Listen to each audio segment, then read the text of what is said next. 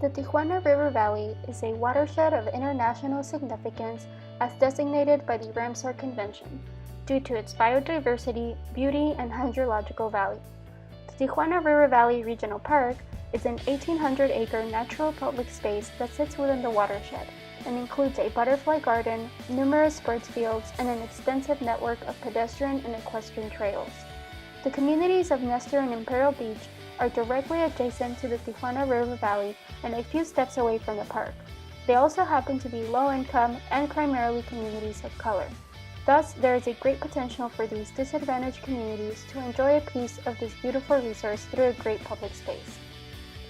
Even though these South Bay communities are in close physical proximity to the park and the river valley, little academic discussion exists on the relationship between the watershed and these human settlements. Thus, it is imperative to begin a discussion that sparks research and more consistent habitat restoration throughout the river valley,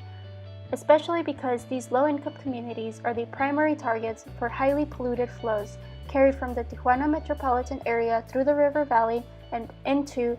the watershed.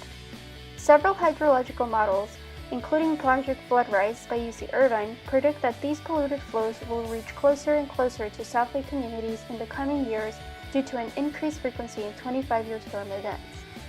Therefore, this exploratory case study seeks to spark a wider discussion into the relationship between Nestor and Imperial Beach and the Tijuana River Valley as a whole, specifically through their physical contact with the Tijuana River Valley Regional Park. The two main inputs of this case study are a preliminary community survey that determined the level of park use and awareness among community residents, as well as a comparative health analysis, which proved that the South Bay has been disproportionately affected by asthma hospitalization rates as compared with all other San Diego coastal subregional areas.